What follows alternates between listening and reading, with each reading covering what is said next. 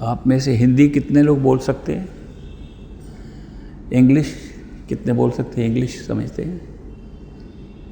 All speak English? Very good. I'll speak in English. All of you understand it. Friends, I am very happy to be in Mumbai and to see you here. I have come with a very small purpose. I've come to share with you some of my experiences on the spiritual path.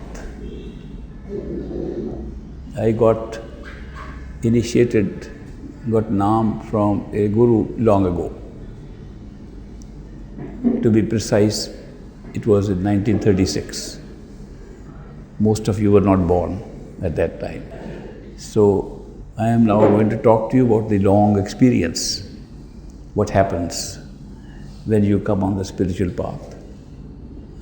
The first problem is that you are beset with doubt, because we have a mind, a thinking mind, that creates doubt by its very nature. There is no uncertainty in real life, but the mind makes it uncertain. Life is very certain. What is going to happen will happen, whether you like it or not. The world is as it is, whether you like it or not. You will go through life as it is, whether you like it or not. But the mind is uncertain. What will I do? What should I do? Is it right to do this? Is it wrong to do this? The mind creates doubt. If it only created doubt, that would not be too bad, because you could resolve the doubt. From doubt, it leads to fear. We are afraid, insecure. We are not sure what is going to happen. And because of this doubt and insecurity, that is why we are leading a life of misery. We were not supposed to lead this kind of life. If our true home is not this world and a higher world, and we believe it, that we are here only temporarily, if we are here only temporarily, we must have come for a little joyride, must have come to have a good time, to have an adventure in a new place.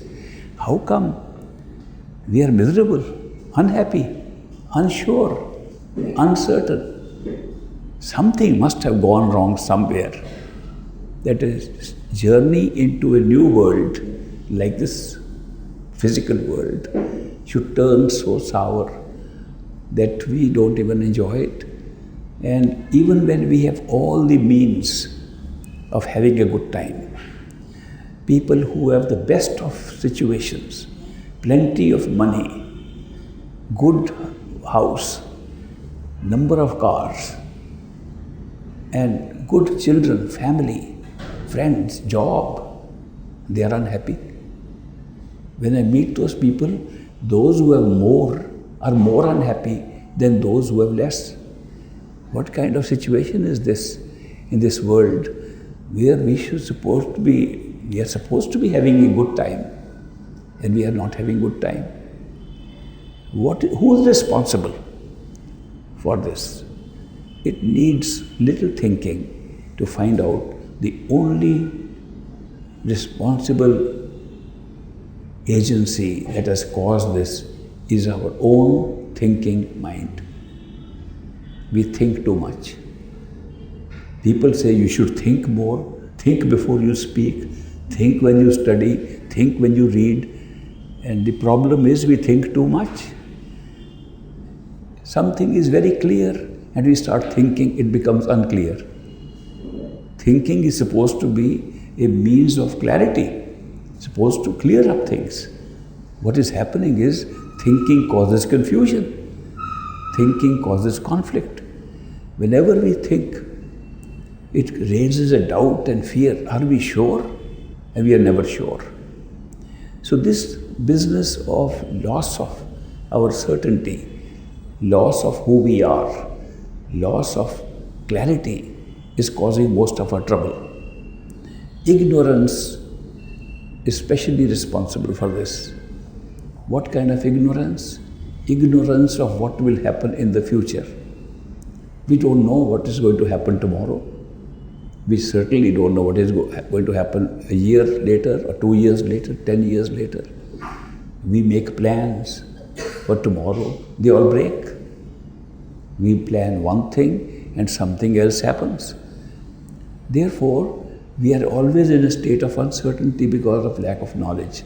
Supposing we knew exactly what is going to happen tomorrow and a year after this, and then what will this world look like?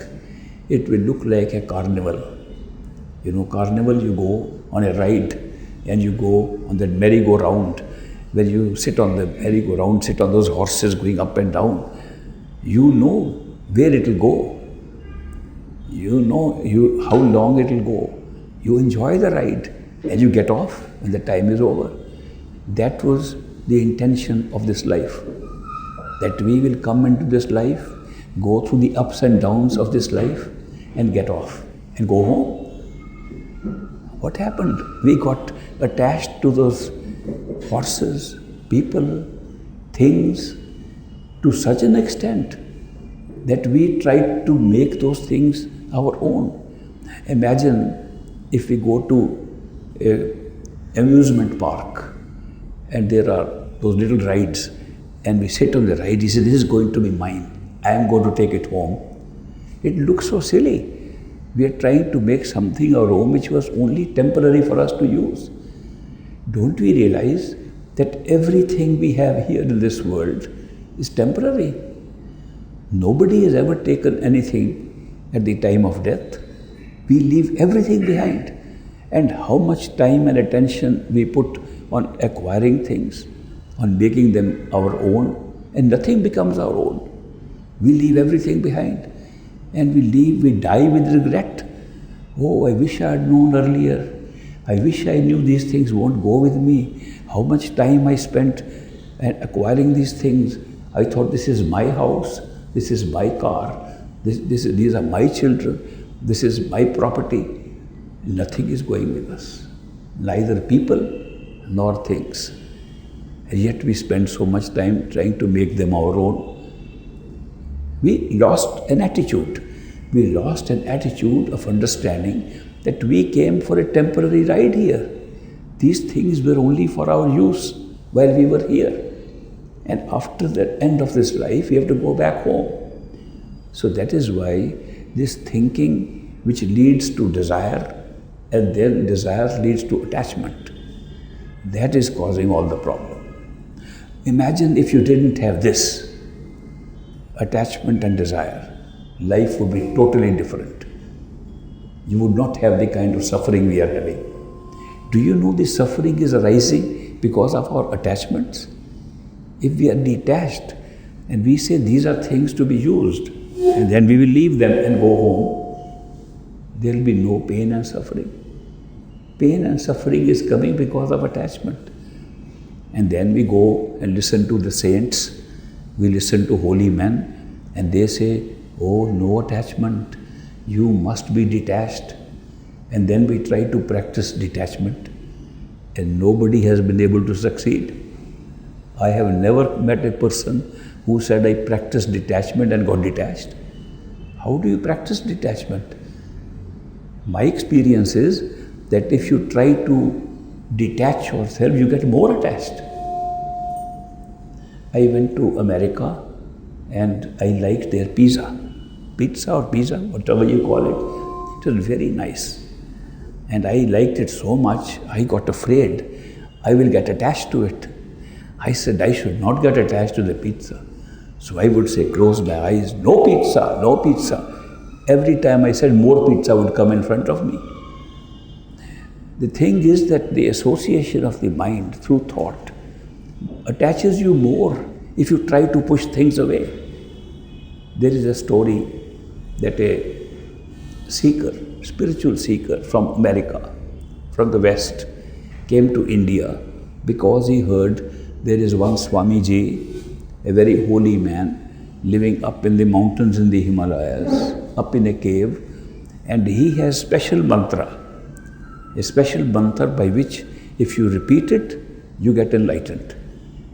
And he said, I want that kind of instant mantra so I can get enlightened. Americans like everything instant. If you have been there, you would know. So he took all the trouble, flying into India, going by bus, then walking up the mountain to that cave. And Swamiji was sitting inside the cave. He waited outside with patience. Ultimately, Swamiji came out. He said, I am your unknown disciple. I have come from a far off country, America, and I understand you have a special mantra, some special words. If one speaks them, repeats them, one gets enlightened. Is it true? He said, yes, that is true. He said, can I have those words? He said, sure, you have come such a long distance. I will give you those words. Come near me. So he got near that Swamiji, and Swamiji whispered in his ear. He said, the special mantra is abracadabra. Abracadabra is used by magicians all over the world. And he said, is that all? That's the mantra that will enlighten me? He said, no. There is a little catch. When you say abracadabra, don't think of bananas at that time. He tried for years. Every time he said abracadabra, bananas would come in front of him. The mind is such, it picks up these associations. And the harder you try to push off, say, I won't think of bananas now. Next time I say, bananas were in front of him. Every time the image would come. The Swami had indicated to him that the mantra is not the words. Mantra is to still your mind, and the mind has to be detached. It is not possible just to use words and get detached from anything. There is no mantra known to us by which repeating words you can get detached. Therefore, whoever says, I practice detachment, cannot prove that he ever got detached. I have never met anybody. I have traveled around the world, met so many yogis, swamis, gurus. I have never seen anybody who could practice detachment. But yet detachment is necessary. So what is the way of achieving detachment? If you cannot practice detachment, how do you achieve detachment? The answer is, you can only achieve detachment by more attachment.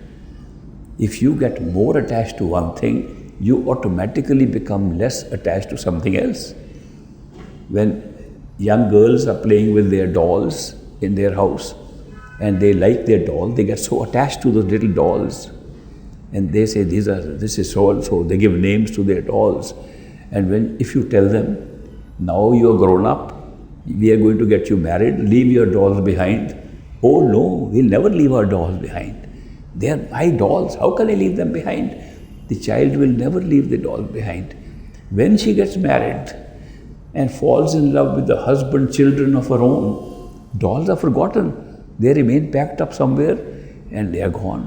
What caused the detachment from the dolls was not practice of detachment, but practice of attachment to something else. Therefore, the actual situation in our life is, if we want to be detached from the things to which we are attached, and because of which we are having suffering, and because of which we are not prepared even for death, we are not prepared for the end which all of us will have. Nobody has ever lived forever. Neither the saints nor the gurus. Nobody ever has lived forever. Not even things have lived forever. Not even planets have lived forever. Everything comes and goes. In this kind of world, how can anybody say, I am going to hold on to something? But this knowledge that I am here temporarily and I am not going to be here, that kind of thing, attitude can come if you practice a certain kind of attachment that pulls you away from these attachments, and therefore you are detached. What kind of attachment would that be which would pull you from this world? Obviously, it cannot be another thing in this world. If you are attached to one thing and you pick up attachment to another thing in this world, you have made no progress. You just shifted from one to the other. Therefore, it has to be something not in this world. Now, where is things which are not in this world? Do we know anything which is not in this world? It is only these saints and mystics and people who meditated and practiced inward journey within their own consciousness. who give us the answer. They say, yes, this world is one physical world. There are other worlds also, but they are not outside of yourself. They are inside of yourself. If you go within yourself, you will open up a new world, a more attractive world, a world to which you will get attached much faster than you get attached to this world. And if you open up that door and go to that world inside you, detachment will be automatic.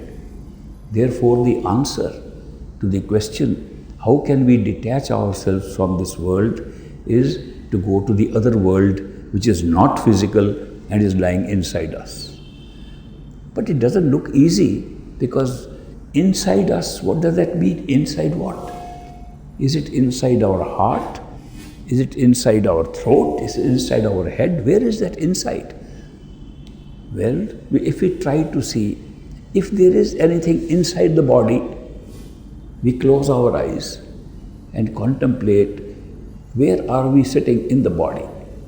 If we are not this body, if this body is physical, and we want to find who we are who are not physical and inside the body, we know that we are thinking in the head.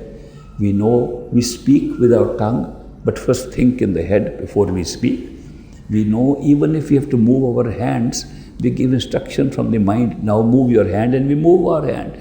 It looks like the control center of all our actions and control center for all our speech and thinking is right somewhere in the head.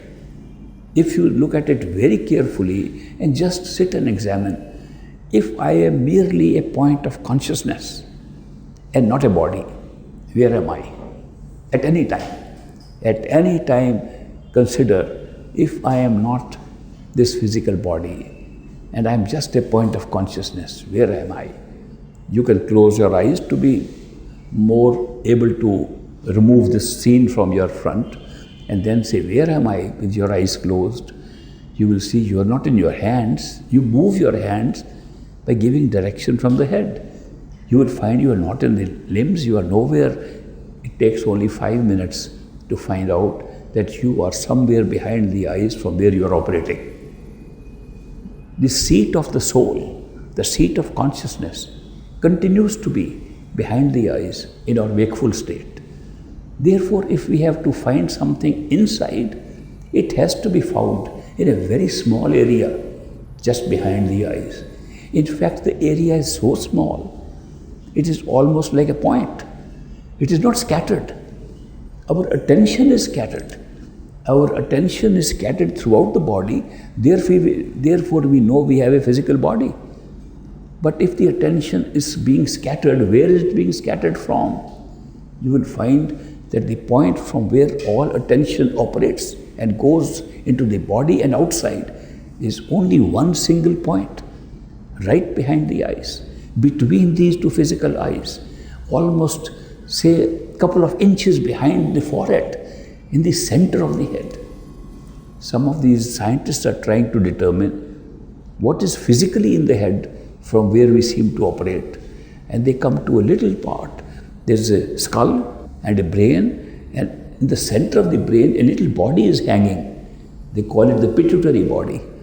They say that must be the center of consciousness. Or there's another small gland just next to the pituitary body called the pineal gland. And they have not been able to determine what these glands do. They say they do something. Maybe they control the entire hormonal system of the body, but they are very central to our consciousness.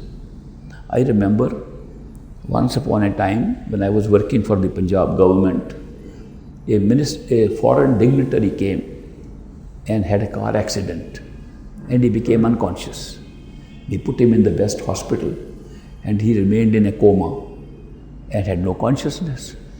So we got the best doctors from Mysore, Bangalore, Chennai, and overseas, and got one specialist, brain specialist from Montreal in Canada, who had performed more than 1,000 brain surgeries.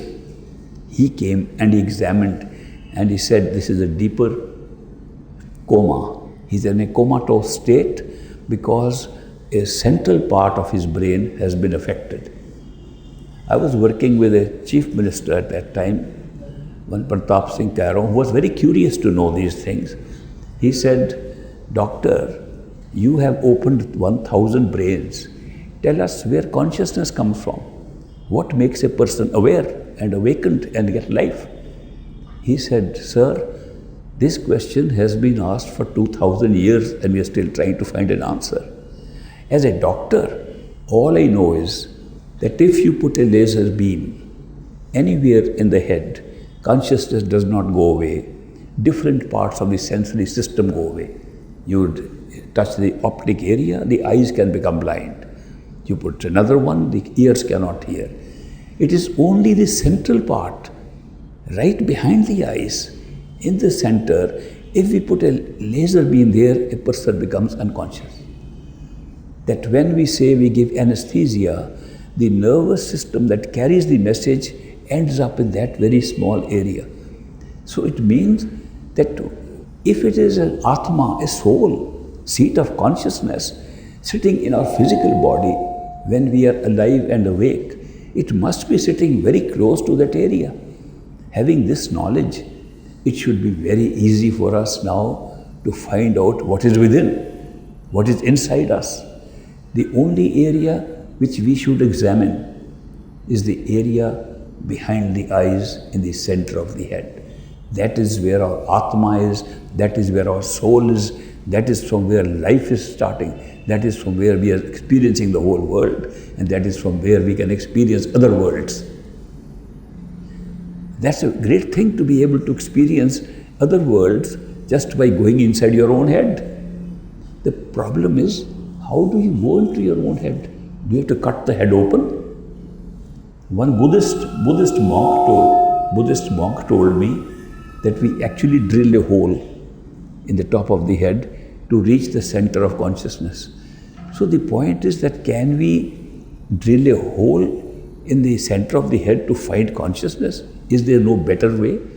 Person will mostly die if you drill a hole in the head. There should be a simpler way of going to the center.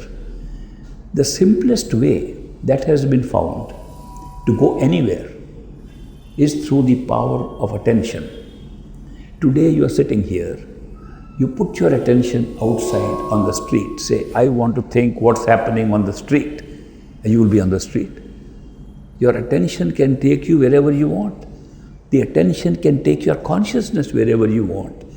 Your attention can take you inside, outside, anywhere. I have done some experiments with people who were able to take their attention in any part of the body, in any part of the room, even on top of the room. They were able to see the top of the roof just by putting attention there. Attention can go and make you feel you are there. It's such a powerful thing. We have no control over any other system or opportunity to use our consciousness except attention. We are looking at this room, it's fixed. You can't change it. You go outside, the world is fixed. The awareness does not change anything. We can't say, I don't want to see the street, change it. It doesn't happen. Everything is fixed around us, except we can decide to look in this corner, or look in that corner, or not look at all. When you say, I want to look in this corner, what are you directing to look in the corner? Your own attention. You can put your attention anywhere. You can open a book, put your attention on the book and start reading. If you open a book and your attention is somewhere else, you can't read. It's in front of your eyes. You can open a book and think of something else. The eyes are open, book is in front, you can't read. You put your attention on the book, you can read. Therefore, the only real available thing out of all the layers of consciousness, out of all the layers of awareness, which is available to us to move where we like, is our attention. Therefore, the secret of finding the inner world, the secret of finding out who we are, who are we that are sitting inside the head and operating the body and seeing the whole world? What is our Atma? What is our soul? What is the basis of our consciousness? To find that, The easiest instrument we can use is our own attention. We can place our attention inside our head, and by placing our attention inside our head, we can see what is inside. Is that simple? Of course, it takes time to put the whole attention. We can put a little attention, and the rest of the attention is all here. We don't see much. So how do you put more attention anywhere? Is by concentration of attention. We concentrate it. If you go to an orchestra, a band playing music, all of them, all the instruments are playing, the drums are playing, the stringed instruments are playing. You say, I like the drums. Let me listen attentively to the drums. They are all playing at the same rate. You put your attention on the drums, drums become louder. Other instruments become weak. They have not changed. How come you can hear the drums louder now? Because you concentrated your attention on the drums. You shift it immediately to another instrument, drums become weak, other instrument become loud. How does that happen? Because the attention has the capacity not only move from place to place, it has the capacity to get concentrated and directed to a particular spot and make that the chief area of experience for ourselves. In the old literatures, I read that one of the teachers of arrow shooting was telling how to concentrate, and he said, do you see the eye of the parrot? And he said, yes. What else do you see? I see the trees and all that. No, you're not good enough. If you only see the eye and don't see the trees where the parrot is sitting, then only you're a marksman. You will shoot. The idea is that you concentrate your attention on one point, withdrawing it from other places. Then you succeed in seeing anything you want to see. The secret of meditation, the secret of performance of a technique of going within lies in our power of concentrating our attention wherever we like, and we can do that in the center of our head equally well. We can close our eyes, imagine we are in the center of the head, keep on imagining, keep on sitting, we are there. Gradually, you will feel you have no body. It's only a question of practice. If you practice sitting in the center of your head behind the eyes, and you feel you are there, you feel your ears are on either side of you, you feel these physical eyes are in front of you, you feel your head and hair is on top of you, you are in the center. It's like a chamber in which you are sitting. The longer you can imagine you are there, imagination leads to concentration of attention. If you imagine you are right there, you'll open a door and a sky and another world. Not only that, you will open another form of yourself. It's in every one of us. This is not something unique I am talking to you. We have all got the same thing. We say that man is very enlightened, very wise, he's gone to higher levels. Those same levels are in all of us. If somebody says he is a Mahapurush, Mahasant, something, the same Mahasant system is in us, all of us. There is no exception. A small baby, a child has it, old man dying has it. There is no exception. Indians have it, Europeans have it. There is no question whether your color is black or brown or white, everybody has it. Therefore, it is not something designed for any particular group. It's a gift given to all human beings, without exception. The only thing is that if we are attached to things outside and don't even think of what is there, we never get it. It's a question of first knowing that the knowledge and truth is inside, and outside is a temporary thing, then maybe that thing is longer lasting. Can we check it out if that is longer lasting, or maybe just a dream-like thing?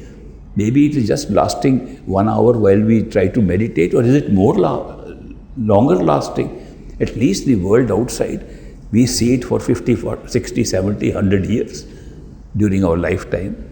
What will we see inside? Is it going to be something better, something more long lasting than this? If you can pull your attention to the center of the head through the power of your imagination, to the power of concentration of your attention, within yourself by purely imagining that you are in the center of the head and hold it there long enough. You'll open up a world which is more beautiful than this. A world which has none of the problems of this world. A world in which there is no sickness. A world where there is no weight in the body. A world there is no gravity. A world where your own body can fly. A world where your own inner body lives much longer than this. Average life of your inner body, which you are carrying right now, is between 1,000 and 3,000 of physical years. You will not only find your body, you will find out what you were doing 200 years ago in that body. How many times you have come into this world in physical bodies temporarily. This discovery anybody can make. That here you are sitting here thinking you are this physical body with a short life and you think that is all? That we come born, live, eat, drink, be merry and die? Is that our life? Even the very first step you take of withdrawing your attention and going within reveals to you that your inner body, which is like this body, similar to this body, it has eyes and ears and face like this body. It's very light, suksham, very fine. That body we all have. And that body has so much longer life and a longer memory that you can remember 200 years, 1,000 years ago what happened. And you can also know how many incarnations you have taken. You suddenly find that what you thought was your name was given only to your body. And you were thinking that is your name. You have a different name there. You have had so many names there in the physical bodies and one name in that astral suksham body. So therefore, this discovery is of great importance because it convinces us that what we were spending our attention on this physical world, was such a temporary experience, was such a limited experience, not even a very happy experience most of the time, and there was a much more happy experience lying inside, we're missing it. Whereas we had the opportunity to examine and see it while we are alive. Of course, when we die, this physical body dies. We don't die. We stand by the physical body, say, what is this happening? I am still alive. And people are crying, oh, it's gone. You try to tell them, not, I am not gone, I am here. I am standing next to you. They can't see, oh, he's gone. I'm not gone, but they can't see. How frustrated will you be that they don't even know that nobody dies, only physical body dies? And physical body is like a jacket, like a cloth, like a shirt. You take off a shirt, you don't die. You take off your physical body, you don't die. We read about it, we don't experience it, that there's an Atma inside, a soul inside us, which is immortal. It was never born and never dies. Of course, it is not that astral body. The astral body also dies. Therefore, good meditation does not stop there. Good deep meditation goes beyond the astral body. You have to go within the eyes and behind the eyes of the astral body. The method is the same. Go within yourself, whatever body you have. It doesn't matter. Physical body, go in here. Astral body, go in there, behind the eyes of the astral body. Put your concentration there, the astral body disappears. Like this one disappears by concentration of attention. Then what happens? Then you open another body, which has no form like this. It is a body which consists of thoughts, ideas. It's the mind. What we think is the mind, thinking mind is also a body. We don't know it. But you do two steps. First, withdraw your attention from the physical body and go in and see your astral body. Withdraw your attention from there with the same system of concentration of attention, and you open up a body which you find was the thinking machine, which you were calling your brain, your mind, your thoughts. It was merely a body that was expressing all that. Thoughts are no more than the function of a body. Just like our heart beats here, the thoughts beat in the causal current sharir, that body which causes everything. Then you discover a wonderful thing. much more interesting than the memory only of past life, memory of what happened 200 years ago, 1000 years ago, that which happened at the astral plane. You find something new. You find that all the lives, maybe millions of lives, which you took over here by the process of reincarnation into 8.4 million kind of species in the physical world, that all that program was all programmed and put into, for want of any better terms, like a DVD. There was a DVD placed in the causal current state, causal plane, and you picked it up, and that is what created all your destinies here. That Akash, that sky of the second stage, is responsible for all destinies. Then you find that what we thought we are making our own future here, whatever we think we are making was made there. We're just playing it out. We are playing a DVD here and thinking it's the only life, real life. We are making decisions here. Those decisions have been made earlier, and you can see them. Imagine if you can go to that state which is lying inside you right now, just by 2 steps of meditation, withdrawal of your consciousness currents. When you try to put your attention, what actually happens? If you have seen people who die, terminal death, slow death, if somebody dies quickly, you don't know what happened. But if you see somebody dying slowly, you will find that the hands and feet die first. The person doesn't know where the feet are, where the hands are. Then the legs die, the arms die. It's like a systematic death. The person is still talking to us. He says, put my arm on this side, it's already on this side. Doesn't know. Then when the rest of the body begins to die, the person feels is flying up in the sky because there's no contact left with the surface here. And actually just the gradual progress of death. When he dies, he's still speaking. Patient is still speaking and he's dying. And when he is dead, up to this point he can't speak. He reaches near the tongue, he can't speak. And you can see his eyes are still looking at you. And when he goes up, he dies completely, brain dead, he's dead, gone. Body is gone. He's not in the body anymore. This is a natural process of death. It can happen quickly or it can happen slowly. What happens when you meditate? When you meditate and put your attention behind the eyes, first you don't know where your hands and feet are. The longer you stay there, you don't know where your legs and arms are. The longer you stay, you seem you're flying. The longer you stay, you don't know you have a body. It is like dying. True meditation and pulling your attention behind the eyes is exactly like actual death that takes place when you leave the body. The one difference, this is being done deliberately. This is a simulated, a pretended death. The other one is real death. In the pretended death, the heart is beating, breathing is going on, all vital systems are going on, and yet you are experiencing like you are dying. So ultimately, when you pull your attention sufficiently and you are unaware of the whole body, the other body opens up. So this is sometimes called dying while living. That means while you're still living, you can experience death. Supposing you have that experience just one time, you will never be afraid of death after that. You will know exactly what happens when you die. You will find you never die. You only leave a body and have a better body, a longer lasting body, which you already had before you were born. You find all that inside.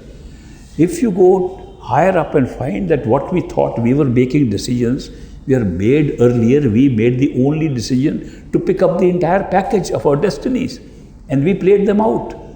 All this knowledge, real knowledge about how life is created, how the world is created, comes to us when we go to the second stage by 2-step deep meditation.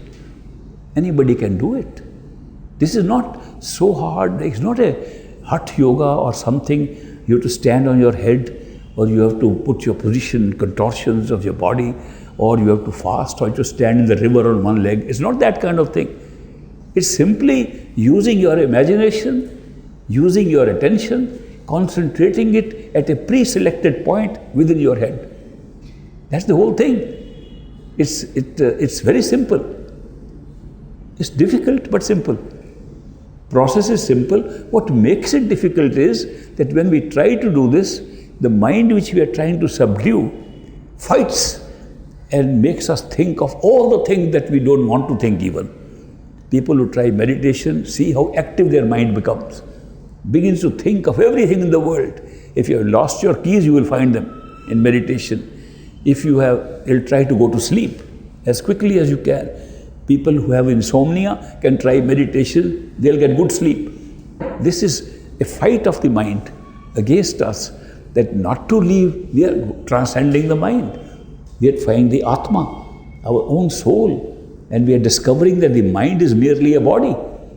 We thought mind and soul were the same thing. It's the soul that is thinking, soul that is speaking. Soul never speaks. Soul only listens. The capacity of soul is only to listen. The capacity of the mind attached to the soul is to speak. Mind speaks, soul listens. And we have never distinguished this. We have never seen what the difference between the two is. We have not realized that mind has a limited life, like the bodies. It's like a body. Of course, it's a long life. Unlike the astral body, which is only 1,000, 3,000 years physical time, the mind's physical time is 3 to 4 million years of this physical time. So one mind can have several number of astral bodies, and each astral body can have several physical forms. This cycle of birth and rebirth is very complicated. It's not a one-step thing that Atma comes, makes a body. No, that would be easy to go back to the Atma. There are other layers in between. These layers of the sense perceptions, senses, which is astral body, layer of thoughts, which is the causal body, prevents us from the physical system to go and find out what the Atma is. Even going to the causal plane, the Karan Sharir, we do not know what the Atma is. We only find out what our mind is. And mind is not Atma. Mind is not immortal. Only power of consciousness, the power of life, which makes the mind alive, which makes the mind think, which makes the senses work, which makes the body work, that's Atma. It's the life force, it's the power of consciousness that makes all these alive. But these are not alive by themselves. Our Atma is giving power, our soul is giving power to all of them. And yet, after so much meditation and going so deep, which very few Swamis have done, very few people have done in this physical world, they're trapped in the very first region. They go one step and they say, we found Ishwar, Parameshwar, God, Allah, everybody is found there. All the gods we worship are the very first stage. That we go and looks like all the heavens are there, all the hells are there. Everything we read in the literature is right in the first stage. And that's where we have an astral body which looks like the soul. People say his Atma went from here to there. Atma never goes anywhere. Atma never moves. It's the creation around it that moves. Atma is still in its own eternity, in own timeless, spaceless point. Atma never moves. The mind moves, our bodies move, all these things move around the Atma. And yet, we have no knowledge of this. We go to the mind state, and that is a very big thing, of course. I understand, to be able to see that there is only one mind at the end, a universal mind. All physical minds are taking part in that. Is also very big discovery, much better than discovering hells and heavens. But we have still not found the Atma, we have still not found who we are. We have no self-knowledge. Then you say, find out who your self is, we have still not reached that point. We have to go beyond the three worlds of the mind. We have to go beyond the physical world, beyond the astral world, beyond the causal world, beyond the Spinda, beyond the Anda, beyond Brahmanda, in order to find out which the Atma is. Atma is hidden behind these covers. We have to remove these covers one by one. What process? The process of withdrawal of attention within us, within each form that we take. All these three regions create forms. Two are very similar. The physical form has been made in a certain way through evolution, and the astral form takes a primordial form of the physical and looks like this. And then above that, the causal form is merely a light, is merely a formless, but you are still the self sitting in that form. Self never goes outside. Any form it creates, it is inside. It doesn't operate that I am sitting here, I make a body there. You never do that. Self remains within the body. There was a Chinese philosopher, his name was Fa Hin. He had a dream once. In the dream, he felt that he was a butterfly. And he was flying with his wings as a butterfly. And he saw the flowers were so beautiful. He had never seen in his life. There was colors and lights coming out, flowing out of them. Light and color flowing out of flowers. He said, this must be heaven. I have never seen these flowers in my whole life. And I am flying from flower to flower in the whole garden. What a beautiful experience. And then he woke up. And he said, am I Fa Hin, the philosopher, who had a dream that he was a butterfly, or am I really a butterfly who's now dreaming that he is Fa Hin, the philosopher? Because that looked better than this. His friends told him, when he shared this news with his friends, you know, I had a dream, I was a butterfly, but the world was more real than this. They said, Fa Hin, don't make a mistake. It was a dream. You saw a butterfly in a dream. He said, I never saw a butterfly. I was the butterfly. I never saw any butterfly. I saw flowers. I was flying. I was a butterfly. He said, Fa Hin, how can you say that you are a butterfly with nothing resemblance between a human being and a butterfly? He said, I was flying, which means the self remains the same self, no matter what the form. You can be butterfly, you can be an angel, you can be God, self will remain the same. Self never changes. Self is created by the Atma, self is not created by the form. Therefore, to discover yourself is to discover your Atma, to discover your soul. How do you discover that? One step more.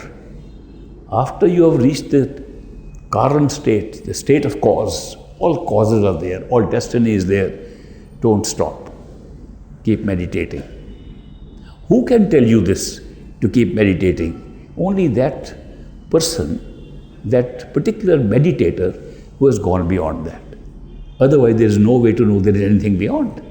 There is no way for anyone to say there is something beyond that, except there are perfect living masters, Sant Satgurus, who have gone beyond that stage, to the state of realization of their own Atma. They can tell you that is not the end. Go further. You can even concentrate your attention within the causal form that you have, and that will also disappear. And you will then find your Atma. Atma full of light, knowledge, love, beauty, joy, things that you thought belong to the body. There are some things which the body does. There are some things which the astral body does. Some things the causal mind or body does. And there's something the Atma does. They're all separate. For example, we can walk and talk with a language in the physical body. We can speak English, speak Hindi, Marathi, whatever we want to speak, we speak with the physical body. We go to the astral body, we don't need any of these languages. One person can speak Marathi, the other is understanding it in Hindi. What is being conveyed is not the sound of the words. What is being conveyed is the meaning in your head. Is being understood by the other person, meaning in the head. A little example of that is when people have a telepathic experience here. Some people say, I thought something, at the same time somebody, a friend of mine, understood what I said. Have you ever examined if you think in English, the other person not listening in English but hearing in Hindi? Other person could be hearing in French or Greek. There is telepathy defies language. And the normal mode of communication in the astral body is telepathic. It's conveyance of what you are thinking and the other person understands. It's normal in that body. which is not possible in the physical body. Therefore, there are different functions, sense perceptions, seeing, touching, tasting, smelling. We think it is coming from the physical body and the physical organs. They are all coming from the astral body. That means if you die, the power to see, power to touch, taste and smell is identical with this, except it is sharper than this. This body is hiding some of our powers of perception, not enhancing it. We wear glasses, our eyes are not sharp, we get old, go to the astral body, 20/20 vision everybody. Nobody is wearing glasses there, because the vision, the power to see exists in that body, not in the eyes, not in these physical eyes. All these powers of the senses which we think belong to this body are belonging to the inner body and being cloaked and being organized through the physical organs of this body. How do we know it? Go there and check it out. You will have all the perceptions sharper than ever before. So that's another function. When you go to the causal body, all thoughts are coming from there. We think we are sitting here thinking in our head. Where is it coming from? Go in and see. All thoughts arise from the causal body. Not only thoughts. The causal body, which is our mind, can also assemble information and come to conclusions, uses logic. 2 + 2 makes 4. And all the other assembly, this is white, this is blue, this is all the interpretations of what the senses are seeing, it puts together and gives a meaning to us. Mind is doing it, causal body is doing it, they're doing a different thing. Physical body cannot do that. Physical body does not think. The thoughts are coming from somewhere else. By leaving the body, those are still working, thoughts are still working. Leaving the sensory system, thoughts are still working. So everything is being done separately. But there are some functions which none of these three can do, only Atma can do. And one of these is the experience of love, experience of devotion and bhakti and prem. It does not come from mind, does not come from body, does not come from senses. It comes directly from the soul. The experience of bliss and beauty and joy. We feel very high. What's happened? I am so pleased something is happening. I am seeing so much beauty. Where does it come from? Not the mind, not the senses, not the body. It comes directly from our soul. Our soul has these functions independently of these covers upon itself. Of course it is operating right now. And we say, no, because I saw something beautiful, therefore it was beautiful. Of course it was beautiful, but what made it look beautiful, what made you feel it was beautiful, was not the mind. In fact, try it out. If you see something beautiful, start thinking, why is it beautiful? Beauty will disappear.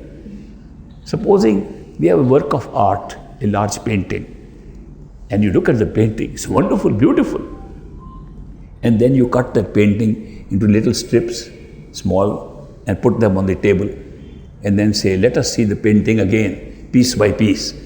You can see those pieces 1,000 times, you'll never see the beauty, because you've broken it up. The mind breaks things to see, understand what it is. The soul joins things and sees the total view at once. Big difference in the function of the two. We are using all these things together, but we don't know where the origin of the experience is coming from. But by deeper meditation, if you can go stage by stage and see the function of the physical body, independently from the function of the sensory systems, which is the astral body, independently from the function of the mind, which is the causal body, go back to the Atma, leaving all these behind, you know what the self is. As you know, the self has its own beauty and is immortal. It was never born, will never die. It has taken so many minds by creating time and space. It has taken so many minds, so many astral bodies, so many physical bodies, so many different species of physical forms, from trees, insects. 8.4 million species exist in the physical world alone, and many more exist in the astral world, and even more exist in the causal world. You go there, there is no comparison. Those are vaster, much vaster regions of experience, the bigger worlds than this world. But we are all shutting it all inside our head. Whatever I am saying is not to be found anywhere outside. Outside is an extension of your experience from here. Everything outside you are experiencing from here. It's extension from here. Whichever side you look, you're extending from here. You will go inside and find out you're not only extending from here, you're creating it from here. What looks like outside is actually inside. And we don't realize it. That unless something is inside, it will never be seen outside. It is like seeing a movie. You go to the movie hall. First you pay a price, a ticket. Even if the movie is terrible, even the movie involves murder and all kinds of crimes. You love those horror movies, but you pay a price to see them. And then you sit in the audience and you are looking at the screen. And those colorful shadows are falling and they are looking real. And you're crying to look at them. Oh no, what's happened? What's going to happen now? You're taking it as real. You forget that it is just a movie. And you even forget that the movie is not on the screen, it's in the projector behind you. The projector has the whole film loaded behind you. It's the light behind the film that is creating the image. There's a light which creates the image through the film on the screen. You don't think of that. You say, no, that's the movie going on in front. I don't know what will happen now. As if something will happen which you don't know, and maybe it may not happen. I remember a villager in Punjab, he once went to see a movie long ago. In that movie there was a scene in which a woman takes off her clothes and jumps into the pond to take a bath. But before she takes off all her clothes, a train passes in front. So he can't see that woman, and his curiosity, young man's curiosity is, I should be able to see, but by the train that passes, she is already in the water. And then the scene changes to something else. He went to see the movie 20 times, hoping the train will be late one day. This is our life. We are doing the same thing, not realizing that what has to happen will happen. We think maybe we'll make a change, maybe we'll do that. Those maybes are also pre-recorded. The thoughts that lead to our choice making is also pre-recorded. Therefore, this knowledge that everything is pre-recorded only comes when you go to the source. Then we find that what we thought of the outside world is a multi-dimensional screen. And it is coming through a film which is loaded by the DVD at the causal plane in the mind. And behind the mind is the light of the soul which is projecting this whole thing outside. It's exactly like a movie. The projector is inside, the film is inside, the light is inside, and the screen is outside, and we are taking the screen, the shadows to be real, and not having any knowledge that the projector is behind us. By going within, you see where the film is. It's in the causal plane, in the mind. The mind has the whole destiny pre-programmed and is acting like a film. And the soul is the light. The soul is the light that throws. If soul goes away, there's no light, there's no projection. It's the soul that throws the light and the mind that carries the image. And this external world is the screen through which we see, and we get so attached. It is like going and saying, I like that particular scene in a movie. I want to take it and make it my own. The advantage of going to a movie in a theater is that at least you are sitting in a chair away from the movie. Supposing the movie extended all over the audience, and supposing you are taking part in it, something which has been tried in America in an amusement park called Disney World. Disney World, made by Walt Disney in Orlando, Florida. In that place, they have what they call three-dimensional movies, which you might have here also. You can put special glasses, and Polaroid glasses or green and red glasses. And the movie is actually two pictures, and you see though they combine, like the eyes combine, and looks like things are coming right here. Something flies right here, you jump up in your seat in the theater. There's nothing near, it's all there on the screen. Nothing moves from the screen, looks like it's coming near. Now they've added another thing to it, that they have put in the chairs vibrations, and they have put in the chair little air. In one scene, one of the shows, there are mice, chue, these rats, all in a truck. They're carrying them. Somehow the truck door opens. All of them run out and they come into the audience. And as they come, they go to your feet and everybody raises their feet. Because they feel they are there. Actually, it's just air being pumped with little bumps at the bottom of the chairs. Everybody says, scream, oh, the rats have come. They can simulate this thing. We are living a life like that. Not only that, then they make the place so stinky. And the stink comes from their chairs also. It's pre-programmed. And they say, oh, this is horrible. Real animals have come here. They have created. Then there are other shows there where they have created virtual reality. Virtual reality is, they not only put you glasses on you, they put gloves, they put other things, armrests and so, which have all sensory systems. Through that, people are coming, they come and shake hands with you, they talk to you, they are like real people. In the beginning when the show started, those people looked like cartoons. So people could see this is just a cartoon shaking hands. Now they've replaced them with real images. Real people, men, women walking and talking to you, and you run amongst them. It is like you are part of the movie of the screen. If you had a screen in which you could walk in, what would it be like? It would be like life as we are living now. This is the same screen. It's a multi-dimensional screen in which we are not only the audience, but also the actors. Who is the actor in this show? A show is going on the screen. Who is the actor? Everybody we see is an actor. But we who think this is, the body is me, is also an actor. Where is the audience? Audience is sitting very cleverly behind the eyes in the head. This is not the audience. This body is also an actor. And the whole thing is an act, including your body. Just by saying this is myself, now I'm seeing a show, misleads you. Okay, why the show like this I'm seeing? No, you are part of the act. You are an actor yourself. Therefore, your real self is sitting somewhere else and operating through these systems that have been set up. The system of senses, systems of thoughts, system of enjoying beauty and joy through your soul. Even this self-realization, you found out that you are an Atma through deeper and deeper meditation. 3 steps of meditation, deep steps of meditation, is not the end of the story. A perfect living master, a Param Sant Satguru whom we call, not Sadguru, not yogis, not yogeshwars. I am talking of Param Sant Satguru who has reached the very top, which very few are there in the whole world. There have been more than one, but very few in this world. They are the ones who say, even knowing your Atma is not good enough. You have to know more.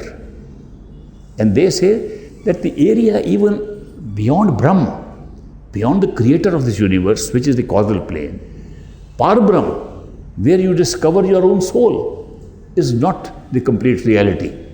You have to go beyond that. Now, where do you go beyond? Within the Atma there is something else. Where you find that although the Atma is immortal, is permanent, it is part of something else. So you go one step higher to your true home, where you belong, and you find you were always a part of Paramatma, one only. Atmas are many. Paramatma is one. You are always part of that one. That's the final stage.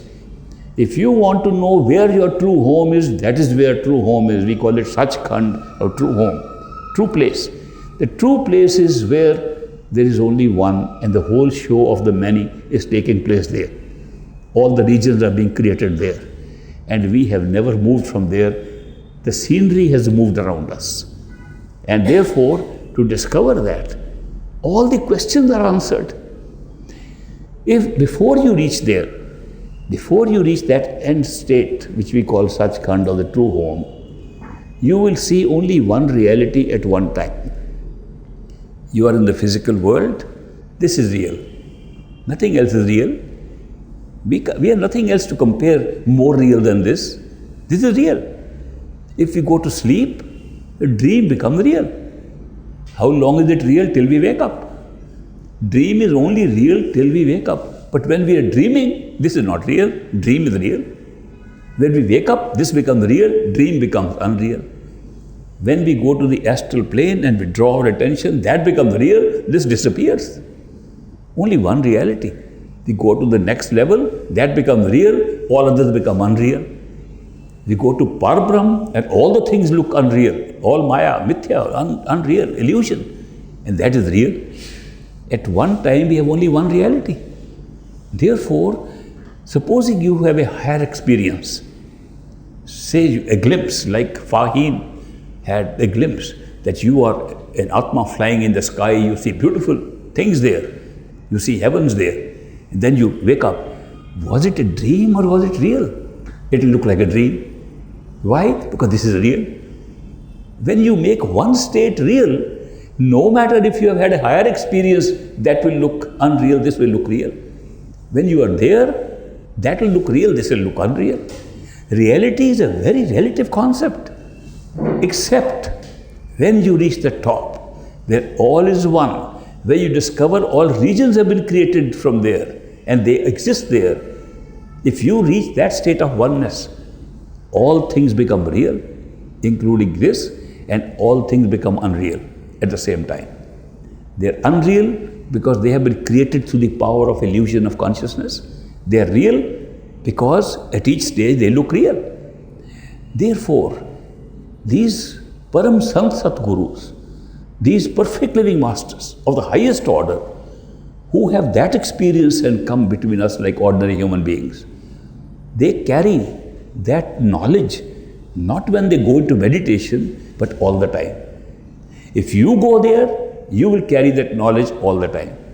Anybody who goes to the top carries the entire knowledge all the time. For them, everything is real and everything is unreal. It's real because reality has been injected into it. It's unreal because illusion has been used to create it.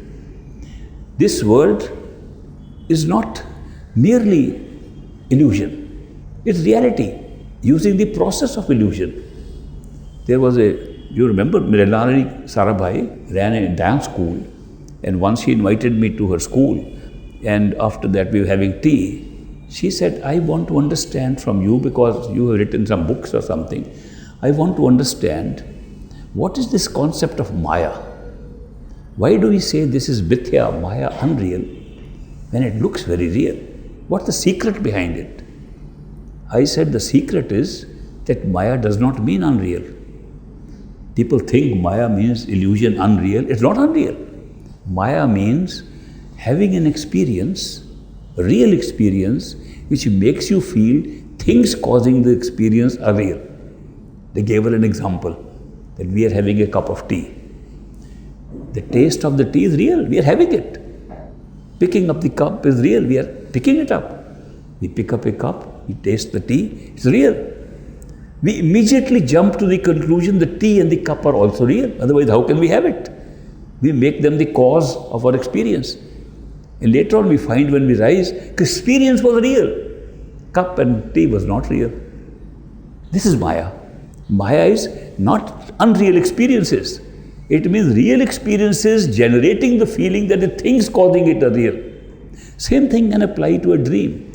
Supposing you have a dream that you are having hot tea in a cup, and oh, it's very hot, it's burning my mouth, and the tea tastes too sweet, and you wake up. The burning in the mouth is still there. Do you remember that the tea was there, hot tea? There's no cup and no tea. That was a dream. The dream was not your experience of having the tea. The dream was that there was a cup and a tea that caused your experience. Maya is a very complex definition. It does not mean unreal. It means creating reality of an experience and making it feel it comes from real things and real people, real things. When you rise to the top, the experience is still real. It has been generated into consciousness. Things are not real, and you immediately jump to the conclusion that external projection is real. The experience is coming because of those things. It is a reversal of the cause and effect. We think because the cup was there, the tea was very hot, therefore your mouth burnt, that the cause was the tea. And you find out in meditation that you burnt your mouth, therefore the cup was there, therefore the tea was hot. It's the reverse. The truth is that the cause and effect are totally opposite of what we think they are. See, this is a very old debate going on amongst philosophers. Some people say there has to be a hot cup of tea before you can experience hot tea. There has to be somewhere. Otherwise, you can't have that experience. These people are called the materialists. They believe material is right. Material is the cause of our inner experiences. Second group of people say, no, you experience the hot tea first, then you see a tea. And therefore, the hot tea is the cause, and the experience is experience is the cause, and hot tea is the effect of it. Now, the debate is going on. Then they said, the materialist said, there's no difficulty in finding it. If you think that experience of hot tea comes first, and then comes a cup of tea, then that should come first, and teacup should come later. If teacup comes first, and then you get the hot experience, then teacup must be real. Why can't we find out simply which came first? Then they examined which came first, the experience of the cup and the experience of the hot tea, which came first. To their surprise, both parties found they came at the same time. If you say, I want to look at a tree, is the tree there because I'm looking at it? Or am I looking at it because a real tree is there? Supposing you put this question, and you say, well, if tree comes first and then I see it, then tree has to be real. If I see it first and then the tree comes, then it's not real, I'm seeing it first. But when the tree and seeing of the tree is simultaneous, no time lag, you can't know which is coming first, which is later. So therefore, this debate has been going on for a long time between the idealists who say the idea comes first and the experience comes later outside, or the materialists who say, no, there has to be a material world outside before you can experience it through the stimuli of that world that is created outside. How can you find a true answer to this question? These mystics and saints who have done meditation say, go within and see how the experience arises. When you go within, you find the experience film was loaded of the tea inside before you ever saw the cup outside, before even your mouth was hot because of hot tea. The teacup existed and the experience of the tea existed, both existed prior to the experience. They were built into a system, into a film, into a DVD, placed inside. Therefore, the whole thing is coming from inside. That every part of creation has been packed into us inside, and from there it is being projected and being seen. This is an experience, and they challenge anybody, go within and tell us what is the cause and effect. That cause and effect go together. And why are you saying that the time factor is so important? This time and space is very relative, it's moving so slow. They said that if you're looking at the sun and the sun disappears, you'll keep looking on it for 8 minutes more. Why? Because the light from the sun takes 8 minutes to come to the earth. You think the sun is still there, there's no sun. You look at a star which is 1 billion light years away, you're not seeing the star that is there. You're seeing a star that was there 1 billion years ago. There is no way to see the sky today and see what's happening there today. Because of the limitation of the movement of light, it does not travel more than 186,000 miles per second. And there are billions of light years away. It takes billions of years for it to come here. What we are seeing around us is all at different times. It's not at the same time. There's no way to see things at the same time. So therefore, there's a great confusion of how we are seeing things, where they are. So therefore, physics has now gone one step ahead. They said, Einstein, the great scientist, he said nothing can move faster than the velocity of light. Nothing has ever moved greater than 186,000 miles per second. One scientist in America has accelerated a particle at a speed slightly higher than the velocity of light. It shot from here right up to here, small distance, but all photographed. All photographed. What happened? This particle shot from here higher, slightly higher than the speed of light, reached the destination before it left. Does the mind understand it? This is not metaphysics. This is not philosophy. This is science. How can a particle be at the destination and also be at the origin? It's only one particle. It has confused everybody. Yet it's science, it's an observation.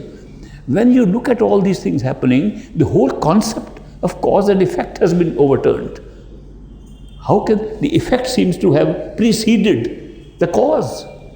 That means what we thought that this must happen first for the second thing to happen has been reversed. When you look at this, then you understand how we have been mistaken about the creation of the world and putting the world as the cause of our experience. Whereas the exact truth was that experience was the cause of experiencing the world. That the experience preceded, was prior. Though it looked like an effect, it was actually the cause. But there is a way to find out. Easy way to find out for anybody, not a scientist. Any one of you can find out. How? Go within and see where's the cause. See how the experience is being generated. Ultimately, the buck stops here. That this is to be experienced, not debated. You can keep on discussing this forever. You can keep on writing books, reading books. Nothing can convince you except your own experience. And that is why these perfect living masters tell us, do not believe anything except your own experience. Even if a guru comes and says, this is so, don't say, I believe my guru and therefore I'm sitting at home. No, check out what he is saying. It is, don't lose your own common sense, don't lose your own understanding. It has been given, gifted to you by the Creator. And try to say, is it possible? Can I check it out? Is there a method of doing it? The simple method is withdraw your attention within yourself. What makes it difficult to withdraw our attention? What makes it difficult is we have never done it. What have we been doing with our attention? Focusing it outside. We have been taught.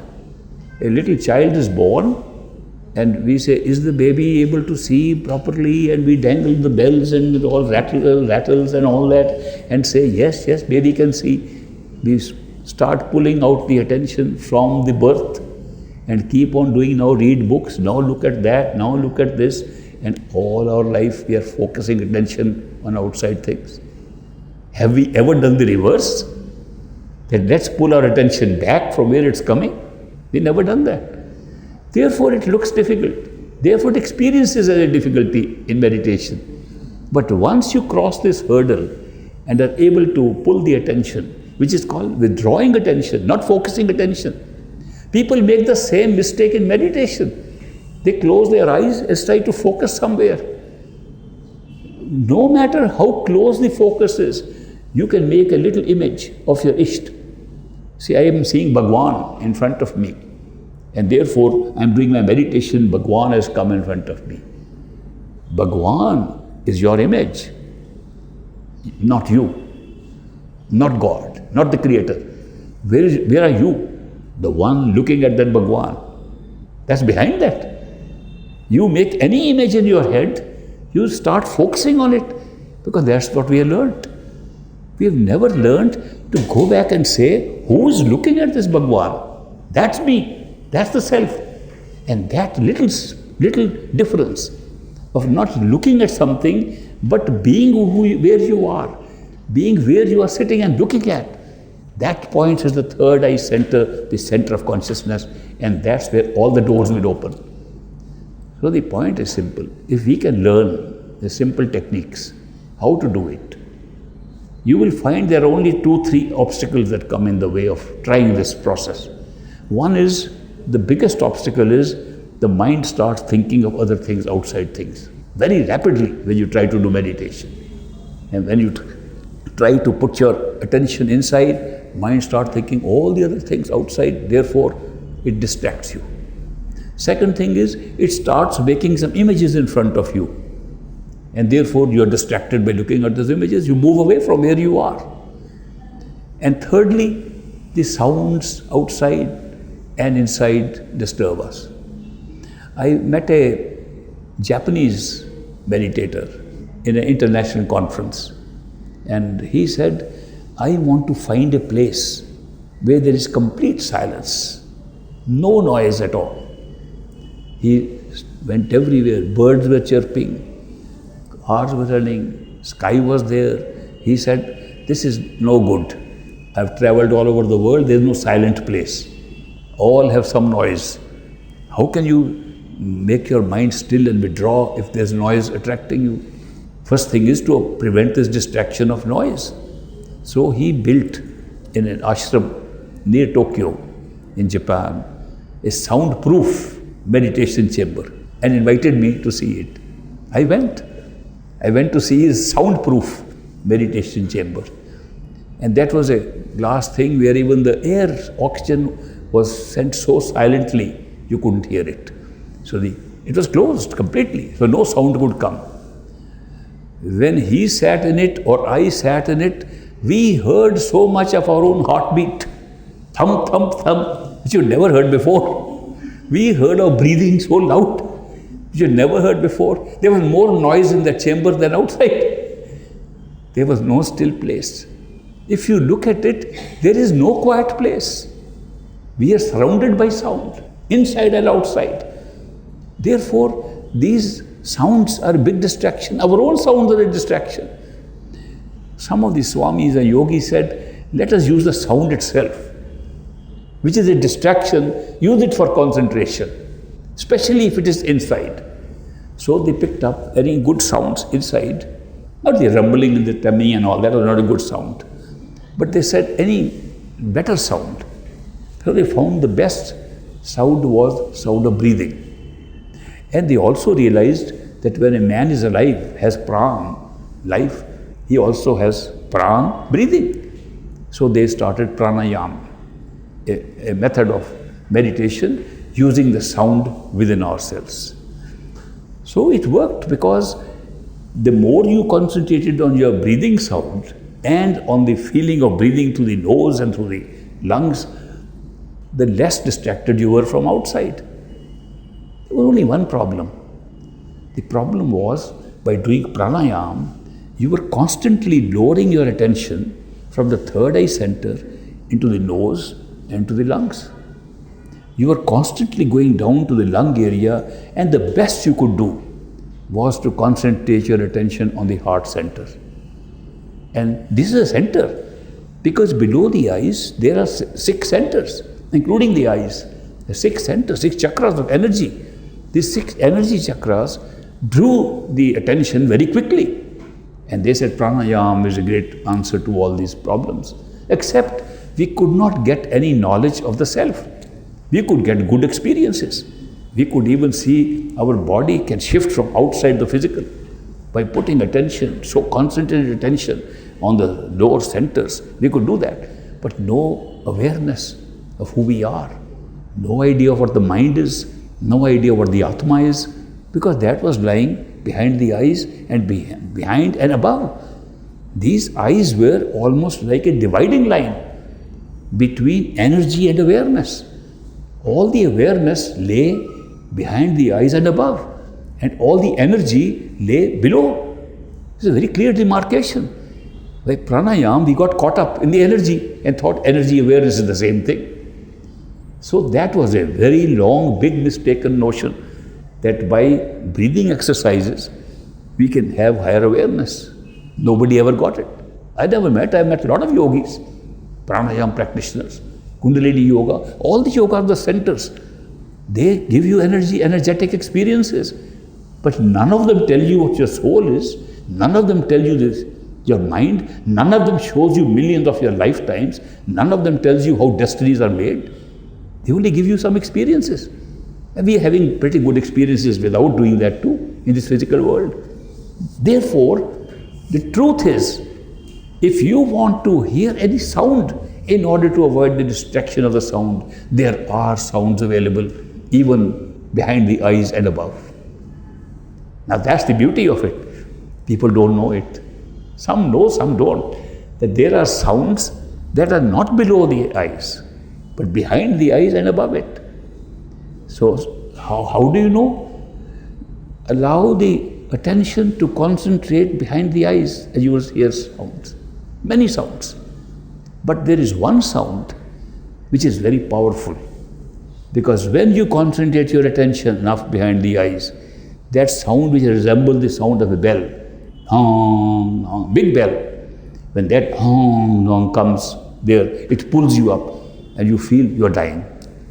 You are afraid in the beginning. Many people get frightened when they hear this sound because it's so powerful, it throws you off your feet and pulls you up. And then you wonder, what kind of sound was that? Where is it coming from? Where does that sound come which has so much power that it can pull you up without trying? Then it takes time to know the sound is coming exactly from where your Atma is. Actually, you might as well say it's the sound of the Atma, sound of your soul. It's the sound of consciousness. Because consciousness does not depend only on being conscious of something. It has its own independent resonance, its own power, that in the physical body looks like a sound, and sound of a bell. In temples, we play bells. Churches ring bells. Other places, bells. Why? Because we model these places of worship like that is where God is sitting. But God is sitting here. This is a real temple on our head. And God is sitting inside, and the temple, the bells are ringing forever. We try to ring bells outside.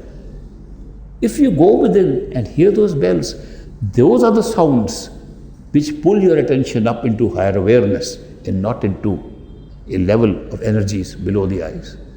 So there's a difference in the two kinds of sounds. That sound, when that is heard, all other sounds get silenced.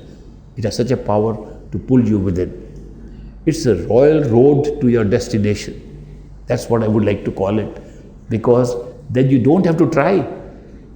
It's the sound that pulls you, not that you push yourself towards your home. In America, we have two kinds of cars. I don't know if you have it here. One is called rear wheel drive. The engine pushes the rear wheels and the car moves. The second is called front wheel drive. The engine of the car pulls the front gear. The difference between the two cars is one pushes, the engine pushes the car, other is one pulls the car. Meditation is like this. One is with your own effort, try very hard, rear wheel drive. You're pushing yourself. Other is to hear the sound and be pulled by it. That's front wheel drive. It is better to have front wheel drive. Does not involve your effort. Your effort is only to the point of reaching where the sound is. When the real sound comes with the power, you can travel on that sound all the way to your destination, one body into another. Different sounds, variation of the sound will take place and take you in. That's why this particular kind of yoga, which these Sant Satgurus have been teaching, is called Surt Shabd Yoga. Surt means attention, Shabd means sound. That this attention can be placed on the sound and you can have higher experiences. This I have found with all my experimentation with different kind of yogas as the most convenient in modern times at this time. Many years ago, I made a resolution. I will never tell anybody to do something if I have not done it. I'll never tell anybody, you will get it if I haven't got it. Why did I make that resolution? Because somebody told me a story that there was a Swami who was very good with children. And whatever he said, children would listen to him. And there was one mother whose child ate too much gur and got pimples on his face and just wouldn't stop. She tried very hard. Other friends tried to tell, child, don't eat this gur, it is not good for you, eat too much of it. He wouldn't listen. So the mother said, I should take him to that Swami because children listen to him. Maybe my child will listen to him. So she took the child to the Swami, and Swami looked at the child. He said to the mother, bring him next week. So she took him back. Next week she took the child again, and the Swami said, child, don't take good. Child, stop taking good. And the mother went back. She said, Swami, if this is all you had to say, why did you tell me to come after 1 week? He says, when you came, I was eating good myself. And my word would have had no meaning. If I am eating good and tell a child, don't eat good, he will eat good. I had to stop eating good myself for 1 week. Then I could say, and the child listened to me.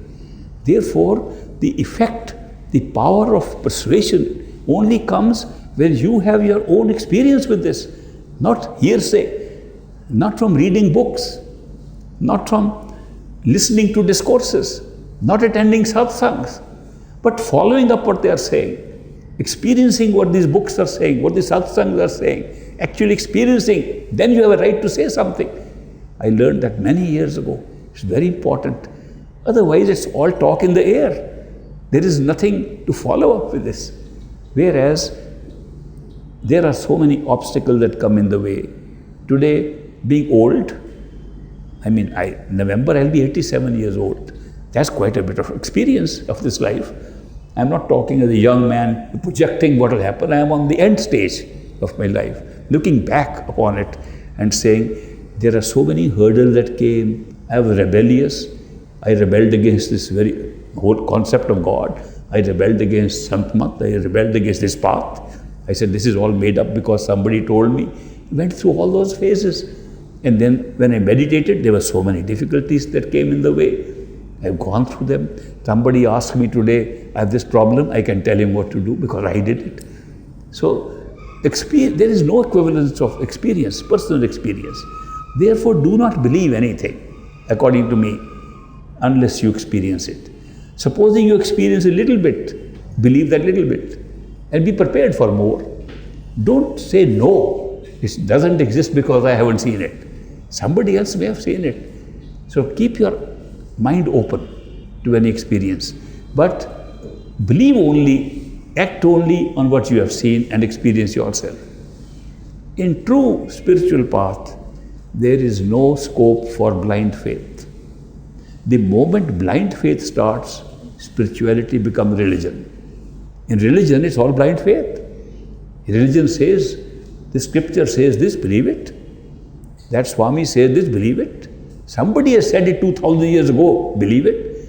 You say, but my experience is not that at all. But I have to believe it, because my religion says believe it. That's blind faith. In pure spiritual path, there is no blind faith. You only go by actual experience. It's an experiential path. It is not based only on what you believe or what you don't believe. A hint has come to me with a cup of water that I'm talking too much.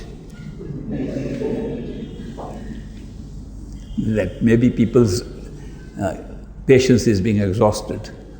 They used to give me hints long ago when I didn't know what the time is. So therefore they would give me little food, now eat. It was not to feed me, it was to stop talking. And also, the truth I am talking about cannot be talked about. The regions I am describing cannot be described. They are not like this at all. We are trying to make those regions look like the physical world. We are trying to feel there are beings like this. There are no beings like this. Think of it like this.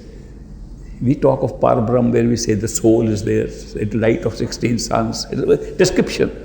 It's description, physical description. In Parbrahm there is no space and no time. Zero space, zero time. Now allow your mind to think that millions of people are living in that. Can you think of it? It's beyond the mind. And therefore beyond description. You can't describe those things. A famous saint Bhika says, Bhika baat agam ki kehen sunan mein nahi. Jo jane so kahe na. Jo kahe so jane na. So it's beyond the verbal description. These things are only to be experienced and not to be just discussed. But we sit outside, we don't go inside and debate and discuss and read books. This book says this, no, but that man said that, contradictions. I did not read any books till I went to America. I had to read my own Indian spiritual books. I had to study even the Vedas in American University Library because I did not think it is necessary to go by books when you can experience something by practice. But there they would say, what about page 52? What that is say?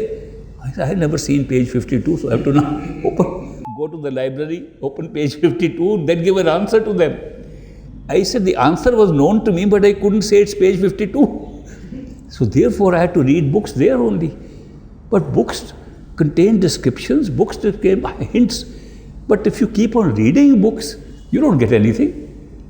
Just like saying Juhu Beach has very nice, wonderful things, and you read about it every day. You don't eat the chaat masala there that they sell or anything else. You have to go to these places, you have to experience them. And of course, experience can make a big difference. I heard a nice story about Juhu Beach. Surprisingly, I heard it in America, about a beach in Mumbai. There were two boys, young boys. They went to the Juhu Beach to have ice cream. I believe there's a nice stall that sells ice cream. And they carried, one boy, a friend, carried 5 rupees in his pocket. So both of them could have an ice cream. When they reached there was a man, holy man, sitting there, making some kind of structures with the sand there. On the beach, he was making, people make houses, little tower, but he was making whole house with the sand. Looked so beautiful. He made one house, then he made another one. They were all scattered. And one boy who had the 5 rupees, he said, this is so beautiful. I want to buy it. His friend said, we came to have ice cream, and why are you buying sand? No, I like it. So he said to the holy man, sir, can I buy this house of sand? Said, yes. Do you have the price to pay? Yes. How much is the price? 5 rupees. All right. He took 5 rupees, gave him, took a plywood, put that house on the plywood and carried it. Other boyfriend cursed him. He said, you are a silly fellow, spending 5 rupees on a sand from the Juhu Beach. You could have enjoyed that ice cream. What have you done? And they went home, this boy grumbling and the other boy happy to carry that pretty home. But the boy who was grumbling had a dream at night. In the dream, he felt he was flying in the sky. And he saw there are many houses there, all lighted up, full of light. They were made of light. He said, this must be heaven. So as he was flying, he saw one house, just like the house made of sand, which that little friend of his bought for 5 rupees. He said, this looks like the same kind of house. And he saw outside the house the name of his friend written there. He said, I couldn't imagine, for 5 rupees, my friend has bought a house in heaven. And he woke up. He said, this was a big mistake. He went to his friend. He says, you bought that sand, I was criticizing you, I am willing to buy it for 10 rupees. He said, no, I am not going to give you that house. If you want one, go to the same man. He has so many houses there. So he ran to the beach next morning and saw the man making more houses. And he said, holy man, sir, can I also buy one of these houses? He said, have you got the money to pay for it? He said, yes, 5 rupees. He said, no, the price is 5,000 rupees. He said, what kind of inflation is this? Yesterday was 5 rupees, today is 5,000 rupees. He says, no, it's not inflation. The difference is your friend bought it without seeing it. You are buying it after seeing it. When you believe something on faith, you always get a bargain. He went on faith. That is just a story to show the importance of faith. Faith is necessary for taking the next step. Faith is not necessary to develop living faith or to change blind faith. Faith is you have seen one step, you are willing to see the next step. You are willing to go the next step. That's faith. So living faith grows. Blind faith remains the same. If somebody told you God is sitting in that corner and you believe it, that's blind. Nothing happens. It will remain the same. If you see one miracle happening today and you say, this is great, what has happened? Maybe it will happen tomorrow and more happens tomorrow. Faith grows. It's a living faith. It's different from blind faith. Religion gives you blind faith and spirituality gives you living faith. There's a distinction. All the religions came from spiritual leaders. They gave their message for the whole world. And it was universal. It doesn't matter whether it was for the whole kutum of the whole universe that they gave a message, or that the Islam gave a message for for a Rabbe, not a Rabbe Muslimin, Rabbe Alameen. That's what they say. For the whole Alam, for the whole world. And what did people do after those leaders? Made a small group called one religion, one society. I belong to this society, I belong to this one. Oh, yours is wrong, mine is the only one.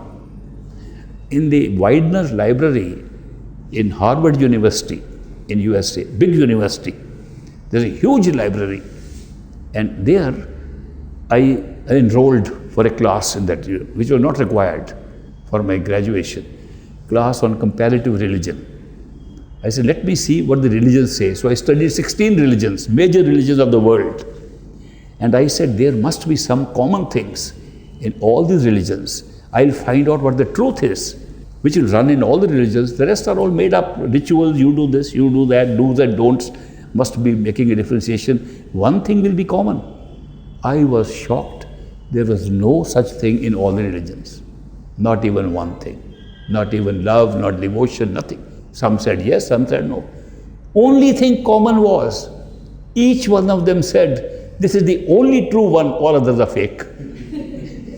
This is what has happened to our groups too.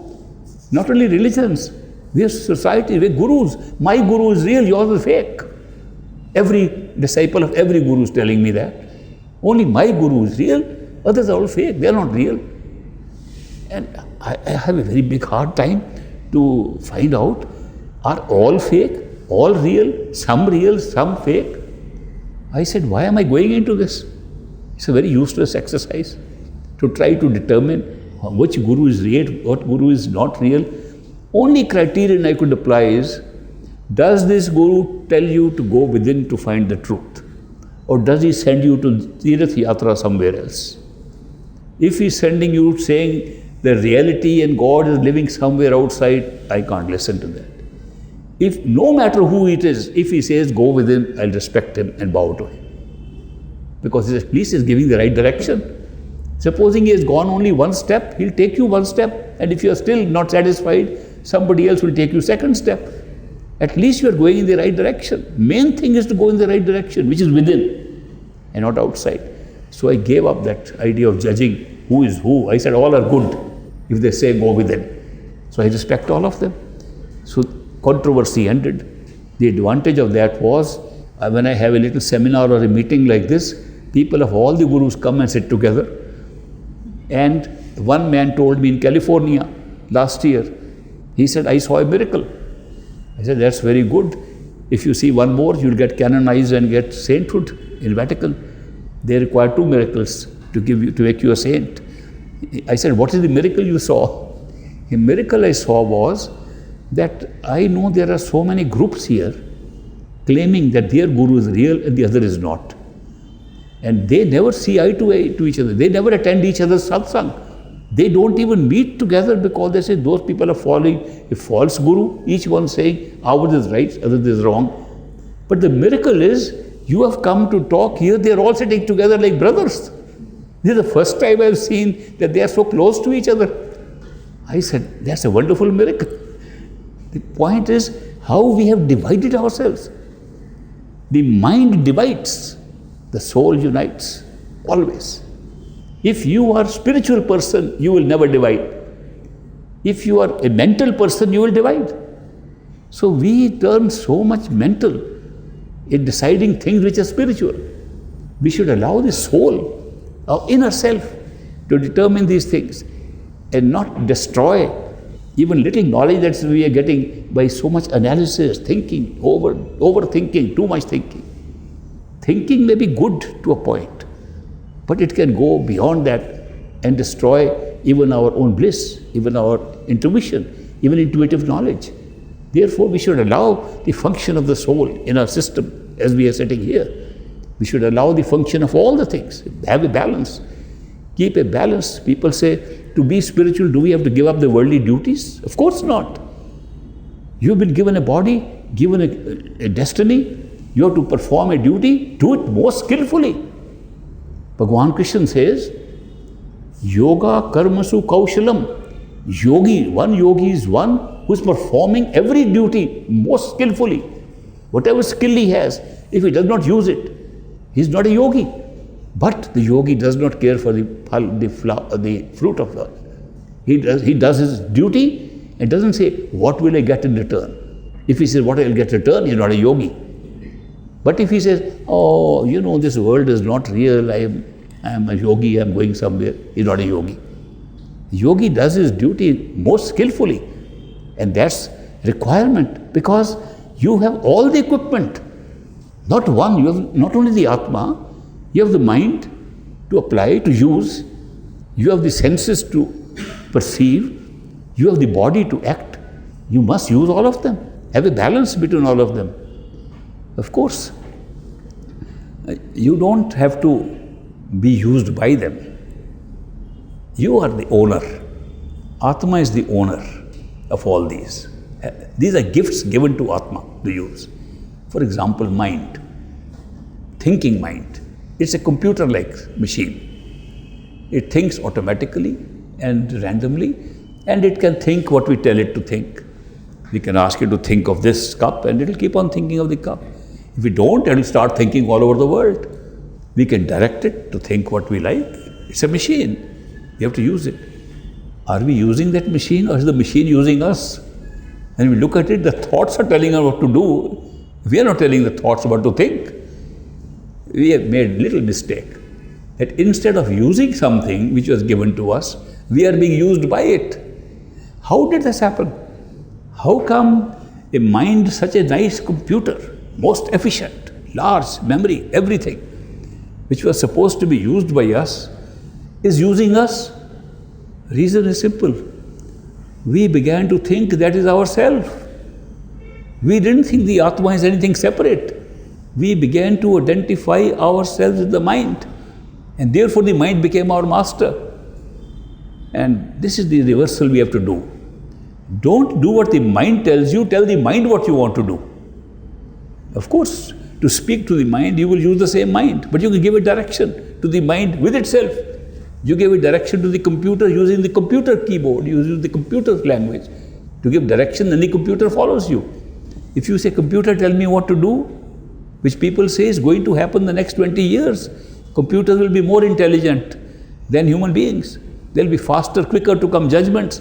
So we'll all be saying, computer, where am I going today? Oh, you're supposed to go there, go. We're becoming slaves of computers? No, we are not going to become slaves of computers. We are slaves of computers today. We are slaves of this computer we called our mind. We should use it and not be used by it. That's the only thing that we forgot. These gifts were given to us to be used, and skillfully, with best effect. Body, senses, mind, and we, the Atma, have to use these. Life will change. Life will change tomorrow if you don't follow these but direct them what to do. Whatever you feel is the right thing to do, make all these three do it. Life will be wonderful. So things are very simple. Spiritual life can be introduced very quickly just by understanding some basic things, that we are Atma, not the mind. Mind is a machine given to us, we have to use it. So these are things which you have to practice. Gradually you will know what your role is, gradually you will know why these things are around you, and you will be able to benefit. I have talked to you today to share some of these things which worked for me. I have no doubt in my own mind, if you use these things, it will work for you. Just from experience I am saying, it will work for you. Please see if you will generate more happiness for yourself while you are still here. And you will also get true knowledge, which will be arising from meditative practices which are simple.